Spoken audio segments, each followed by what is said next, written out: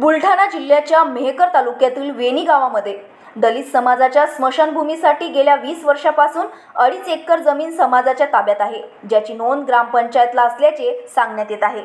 समाजाने या जागेवर झेंडा लावून कुंपण केले आहे। मात्र सरपंच सचिन यांनी याच जागेतील 1 गुंठा जमीन गावातील व्यक्तीच्या नावावर केल्याचा आरोप महिलांनी केला आहे। हे अतिक्रम काढण्यात यावं, जमिनीवर केलेले कुंपण आणि झेंडा कायम ठेवावा, या मागणीसाठी 23 महिलांनी बुलढाण्यात अन्नत्याग आंदोलन सुरू केले आहे। जोपर्यंत मागण्या मंजूर होत नाही तोपर्यंत आंदोलन मागे घेणार नसल्याचा पवित्रा महिलांनी घेतला आहे। शोभा परमेश्वर जाधव आहे, मी वेणी या गावचे रहिवासी आहे।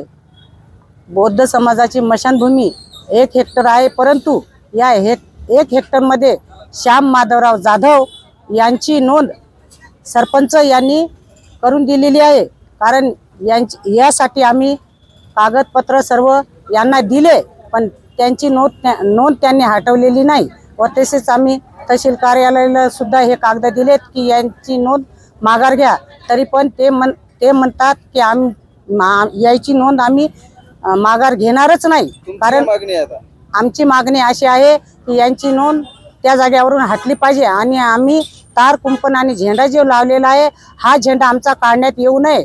ही जागा आमची आम्हालाच पाहिजे, ही माझी मागणी आहे। तुमचं पुढचं पवित्र काय असणार आहे? आमचं पवित्र ही आम्ही मेलो तर चालेल, आम्ही आमचं उपोषण मागे घेणारच नाही झाल्याशिवाय। मी इंदुबाई उद्धव कटारे, मी राहणार वेणी। आमच्या ताब्यात 20 वर्षापासून 2.5 एकर जमीन आमच्या ताब्यात आहे। त्याच्यात आमची मशानभूमी आहे आणि एका बाजूने आम्ही त्याच्यात निळा झेंडा लावलेला आहे आणि एका बाजूने आम्ही चौकून त्याला तार कुंपाऊंड केलं। आणि ग्रामपंचायतीवाल्या लोकांनी काय केलं, तो श्याम जाधव आहे आमच्या माघारी त्याच्या नावावर 1 गुंठा जमीन केली, तर आम्हाला ते पटलं नाही। तर त्याच्यात फक्त कारणीभूत कोण आहे, ग्रामसेवक, सरपंच, हे लोक ते आमचं त्याचं म्हणणं आहे की यानं निळा झेंडा काढाव, कंपाऊंड काढाव आणि 20 वर्षापासून आमच्या ताब्यात येते। तर आमचं एवढंच म्हणणं आहे की ते आमच्या ताब्यात यावं आणि आमच्या नावाने यानं करून द्यावा।